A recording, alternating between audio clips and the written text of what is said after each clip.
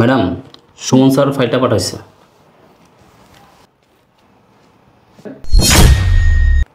দুলাভাই।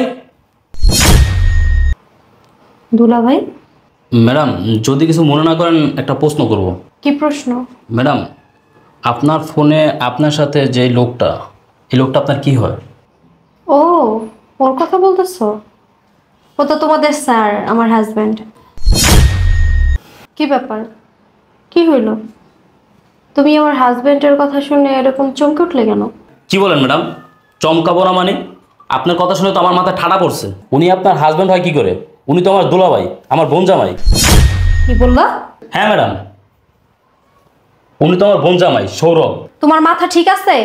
উল্টাপাল্টা কিছু খেয়ে আসছো অফিসের ভিতরে? তুমি আমার অফিসের সামান্য একজন পিয়ন, আর ও আমার হাজবেন্ড। ও তোমার বোন জামাই কি করে হয়? ম্যাডাম বিশ্বাস করেন, আমি সত্যি বলতেছি, উনি আমার বোন জামাই, ওনার একটা সন্তান আছে।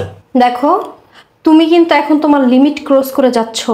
আমার হাজবেন্ডের নামে আর একটা বাজে কথা যদি তুমি বলো, এখন এই মুহূর্তে ঘাড় ধাক্কা দিয়ে তোমাকে এই অফিস থেকে বের করে দেওয়া হবে। ম্যাডাম, আমি যদি প্রমাণ করতে না পারি, আপনি আমার ঘাট ধাক্কা দিয়ে অবস্থায় বের করে দেন, কিন্তু এটা সত্য। আপনি বিশ্বাস করেন আর না করেন, এটা আমার বোন জামাই। চন্দ্র সূর্য যেমন সত্য, এইটাও সত্য। তুমি যে এত জোর গলায় বলছো আমার হাজবেন্ড তোমার বোন জামাই, এই কথার কি প্রমাণ আছে তোমার কাছে? তুমি কি প্রুফ করতে পারবা? অবশ্যই ম্যাডাম, প্রমাণ আছে। দেশে ঢাকঢোল বাজায় ব্যান্ড পার্টির আয়োজন করে আমার বোনের এই লোকের কাছে বিয়ে দিছি। তোমার কথা যদি মিথ্যা প্রমাণিত হয়, তাহলে তুমি কল্পনাও করতে পারবে না তোমার আমি কি অবস্থা করব। ঠিক আছে ম্যাডাম, আমি যদি প্রমাণ করতে পারি উনি আমার বোনের জামাই, তাহলে আপনিও ম্যাডাম বলেন আপনি আমার বোন জামাইকে ফিরিয়ে দেবেন। আমি নীলা চৌধুরী, আমি কখনো কথার বরখেলাপ করি না। আর আমি কারো দয়া চলি না, উল্টা মানুষকে দয়া করি।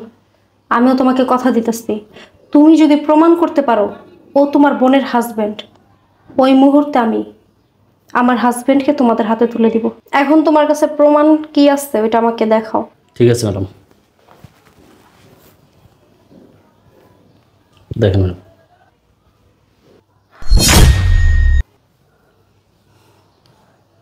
দেখেন ম্যাডাম, ভালো করে দেখেন।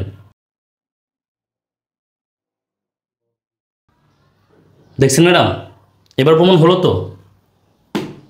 এই সমস্ত ছবিতে না কোনো কিছু প্রমাণ হয় না, এইসব ছবি এখন এডিট করা যায়। কি বলেন ম্যাডাম? অন্য কোনো প্রমাণ থাকলে ওই প্রমাণ দেখাও। ম্যাডাম, এটা এডিটের ছবি না, এটা বাস্তব ছবি। আমি এত কিছু শুনতে চাই না, বাস্তবিক প্রমাণ দেখাও। ঠিক আছে ম্যাডাম, আপনি যদি বাস্তব প্রমাণ চান তাহলে আপনি আমাকে একটা দিন সময় দেন, আমি আমার বোন আর ভাগ্নাকে নিয়ে আসবো, তাহলে প্রমাণ হয়ে যাবে। ঠিক আছে, তোমার হাতে আজকের দিনটাই, আগামীকাল তুমি প্রমাণ দিবা, আর না হলে তো বুঝোই। ঠিক আছে ম্যাডাম। দাঁড়াও, তোমার একটা ছবি নিয়ে এলো, এদিকে তাকাও।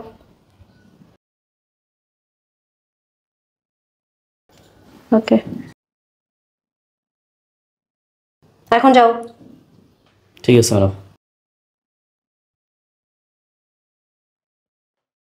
আকাশ। হ্যাঁ বলো। আরে বাবা, তুমি এত তাড়াতাড়ি চলে আসলে যে হঠাৎ?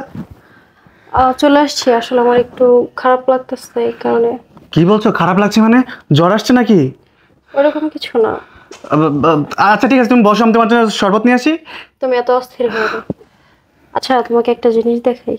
হ্যাঁ দেখাও, কি দেখাবে? দেখো তো চিনো কিনা।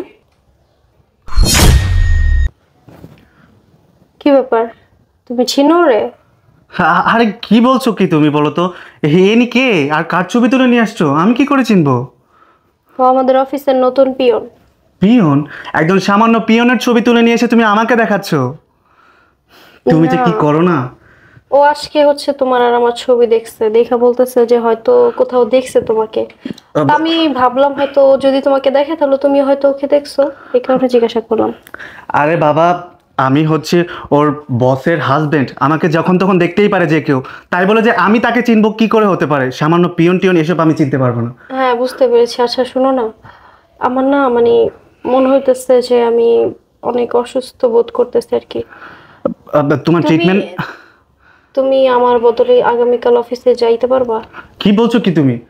তোমার অফিস, তুমি যাবে, তুমি মেনটেন করো সব কিছু। আমি হঠাৎ করে গেলে সবাই কি সেটা মেনে নিতে পারবে নাকি?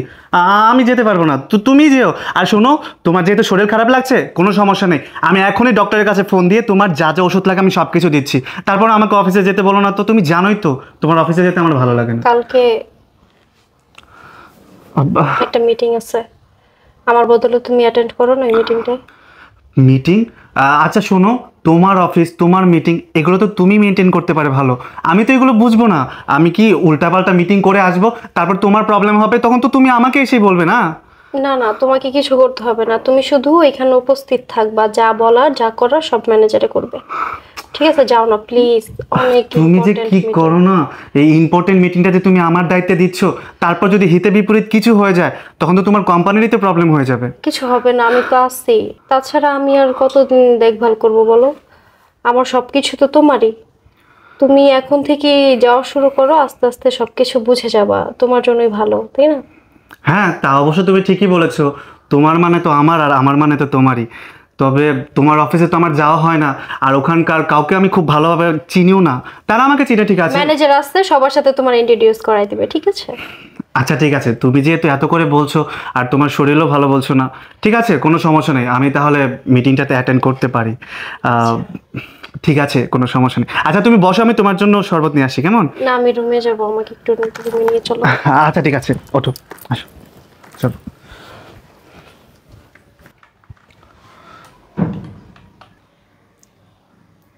দুলাভাই,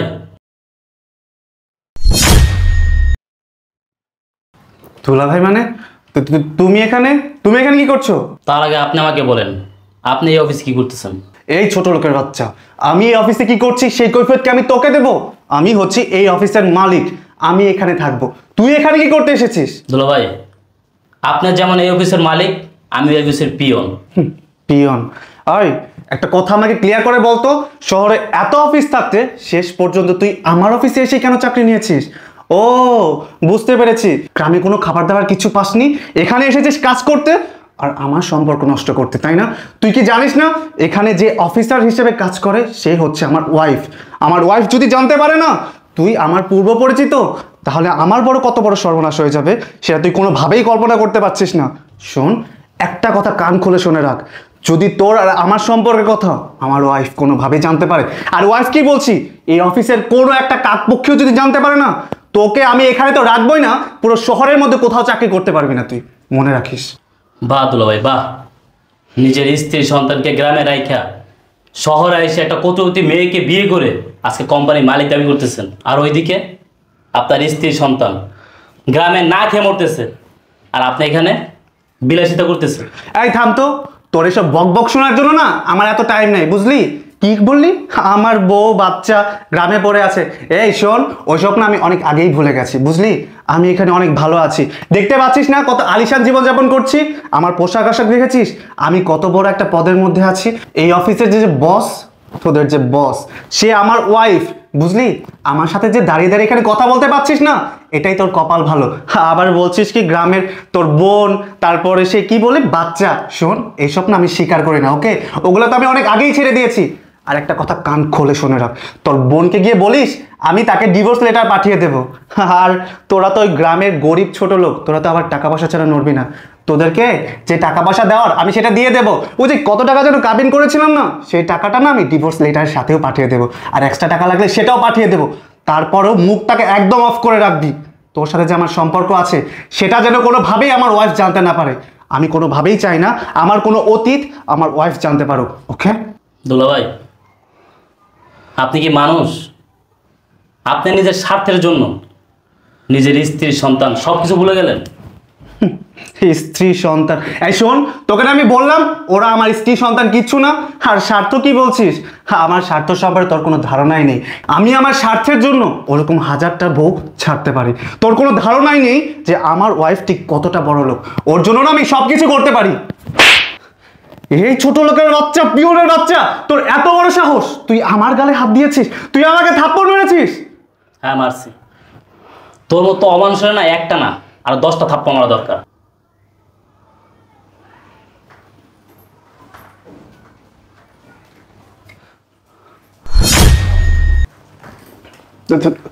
তুমি তুমি অফিসে, তুমি না বলেছিলে তোমার শরীর খারাপ, তুমি তারপরে অফিসে কেন এসেছো? কেন, আমার কি অফিসে আসা নিষেধ নাকি? না, নিষেধ কেন থাকবে? আসলে তুমি বলেছিলে না তোমার শরীর খারাপ, তাই বললাম আর কি। আর শোনো না, তুমি না বলেছিলে তোমার অফিসে একটা মিটিং আছে, আমি তো এসে কোনো আয়োজনই দেখতে পেলাম না। কিসের মিটিং? কিছুই তো নেই। কে বলছে মিটিং নেই? এদেরকে দেখতে পাচ্ছ না? আজকে তোমার আমার এদের সাথে মিটিং আছে। কি বলছো কি তুমি? ওদেরকে তুমি কোথা থেকে পেলে? জি, আজকে তোমার অতীত নিয়ে একটু কথা বলবো। অতীত? হেই, তোমার কি মাথা একদম চলে গেছে নাকি? কিসের অতীতের কথা বলছো? আমার কোনো অতীত নেই। আমার অতীত, বর্তমান, ভবিষ্যৎ সবকিছুই তুমি। তুমি তো জানো আমি তোমায় কতটা ভালোবাসি। বাবা, এই ছোট লোকের বাচ্চা, এই তোর এত বড় সাহস কি করে হলো? তুই আমাকে বাবা বলছিস? বাবাকে বাবা বলবে না তো কি বলবে আমার ছেলে? এই গ্রামে থেকে তো এসেছিস একদম খ্যাতের মতো, তো তোদের সাথে আমার কোনো সম্পর্কই নেই। আর বাবা কোত্থেকে আসে? হ্যাঁ, কি বললা তুমি? তোমার সাথে আমার কোনো সম্পর্ক নাই? তুমি কি শহরে এসে সব ভুলে গেছো? ভালোবাসা তুমি আমাকে বিয়ে করছো। যখন আমার সংসারে অভাব ছিল তখন তুমি কি বলছিলা? যে তোমার স্বর্ণগুলো বিক্রি করে আমাকে শহরে পাঠাও। আমি চাকরির জন্য তোমাকে শহরে পাঠাইছি, আর আজকে তুমি টাকার মুখ দেখা আমাকে ভুলে গেলা। দেখ এখানে এসে কি বকবক শুরু করেছে। তুমি এদের কাদেরকে ডেকে নিয়ে এসেছো? এসে যা ইচ্ছে তাই বলে যাচ্ছে। শোনো, তুমি এদের কথা বিশ্বাস করে আবার আমাকে অবিশ্বাস করতে যেও না। তুমি আমাকে মারলে, তুমি ওদের কথা শুনে আমাকে মারলে। ম্যাডাম, আপনার হাতে ধরি পায়ে ধরি, আমার হাজবেন্ডকে মারবেন না। ম্যাডাম, ও যাই করুক, ও তো আমার হাজবেন্ড। ও আমার ভালোবাসলে বাসুক, না বাসলে নেই, আমি ওরা অনেক ভালোবাসি। ওরা আপনি কিছু বললেন না। গ্রামে একটা বিয়ে করে সেই সংসারে তোমার একটা ছেলেও আছে, আর সেই ছেলে আর বউকে গ্রামে ফালা রেখে আইসা এখানে আমার কাছে আইসা আমাকে মিথ্যা বইলা আমাকে বিয়ে করছো। এই শুনো, তুমি আমার কথা বিশ্বাস করো। তুমি কেন ওদের কথা বিশ্বাস করছো বলো তো? ওরা হচ্ছে গ্রামের লোক। গ্রামের লোকেরা না বা শহরের লোকদেরকে ভুলে ভালে সব কথা বলতে পারে। তোমরা তো শহরের মানুষ, বোকা। আর গ্রামের লোকেরা হয় চালাক। ওরা যা ইচ্ছা তাই বলে শহরের লোকদের মাথা বিগড়ে দেয়। আর ওরা তোমাকে কি না কি বলেছে তাই বিশ্বাস করে তুমি আমাকে অবিশ্বাস করছো। দেখো, আমি তোমাকে অনেক ভালোবাসি আর আমি তোমার সাথেই থাকতে চাই, ওদের সাথে না। হ্যাঁ, মানছি যে ওর সাথে আমার একটা সম্পর্ক ছিল, ওকে আমি বিয়ে করেছিলাম। দেখো, আমি শিক্ষিত মানুষ, আমি স্মার্ট ছেলে, আমার সাথে কি ওর যায়? দেখো, ওর সাথে আমি কোনো দিনই সুখে ছিলাম না। ও সবসময় আমার সাথে জোর করেছিল। আমি তো তাই তো শহরে চলে এসেছিলাম, তোমার কাছে চলে এসেছি। তুমি প্লিজ আমাকে ভুল বোঝো না। আর একটা কথা যদি তোমার মুখ থেকে বের হয়, তোমার এগেইনস্টে আমি অ্যাকশন নিব। না, তুমি এভাবে বলতে পারো না। দেখো, আমি কি পারি আর কি পারি না সেটা না এখনো তোমার ধারণাও নেই। তোমার ধারণার বাইরে আমি, বুঝতে পারছো রুবেল? জি ম্যাডাম। আমি তোমাকে কথা দিয়েছিলাম, তুমি যদি প্রমাণ করতে পারো যে ও তোমার বোনের হাজব্যান্ড, তাহলে আমি ওকে তোমাদের হাতে তুলে দিব। তুমি এসব কি বলছো? তোমার কি মাথা ঠিক আছে? ও কি না কি প্রমাণ করবে তাই তুমি ওদের কাছে আমাকে তুলে দেবে? মানে আমি তোমাকে ছাড়া যাবো না, বিশ্বাস করো। আমি তোমাকে ভালোবাসি, তুমি আমাকে এইভাবে বলতে পারো না। তুমি আমাকে ভালোবাসো?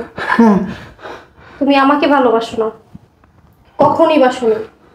তুমি ভালোবাসছো আমার টাকাকে, আমার অর্থ সম্পত্তিকে। না না, আমি অত কিছু জানি না। আমি তোমাকেই ভালোবাসি। প্লিজ তুমি আমার সাথে এরকম করো না। রুবেল, ওরা এখান থেকে নিয়ে চলে যাও। বের হও। তুমি এসব কি বলছো? তোমার বের হও। দুলা ভাই চলেন। বাবা, তুমি কিভাবে পারলা আমাদের ভুইলা এতটা বছর শহরে থাকতে? জানো বাবা, আমরা কত কষ্টে আছিলাম। আমরা দিন আনতাম, দিন খাইতাম, পান্তা ভাতও খাইতাম বাবা। ঠিক মতো পড়াশোনাটা করতে পারলাম না, শুধু তোমার কারণে। ছি, তুমি কিভাবে পারলা এরকম করতে? আমি কি তোমার জন্য কম কষ্ট করছিলাম? তুমি কি আমাদের সন্তানের কথা একবারও ভাবছো? ওর ভবিষ্যতের কথা ভাবছো? ওর ভবিষ্যৎটাও নষ্ট হয়ে গেল। না পারলাম পড়াশোনা করাইতে, না পারলাম ঠিক মতো থাকতে। না না, আমি ওর ভবিষ্যৎ আর নষ্ট হতে দেবো না। হ্যাঁ ঠিকই তো, আমি ভুল করেছি, আমি লোভে পড়েছিলাম। আমি লোভে পড়ে তোমাকে ভুলে গিয়েছিলাম। তুমি তো আমার জন্য অনেক ত্যাগ স্বীকার করেছো। তুমি আমাকে এই শহরে পাঠিয়েছো, তোমার গয়নাগাটি সব কিছু শেষ সম্বল তোমার সব কিছু বিক্রি করে দিয়ে আমাকে শহরে পাঠিয়েছিলে। আর আমি কিনা শেষ পর্যন্ত আমার এই মাসুম বাচ্চা আর তোমাকে ভুলে গিয়ে এরকম লোভে পড়ে আমি আলিশান জীবনযাপন করছিলাম। না না, আমার চোখ খুলে গেছে। আমি তোমাদের সাথে গ্রামে ফিরে যাব, আমি তোমাদের সাথেই থাকবো।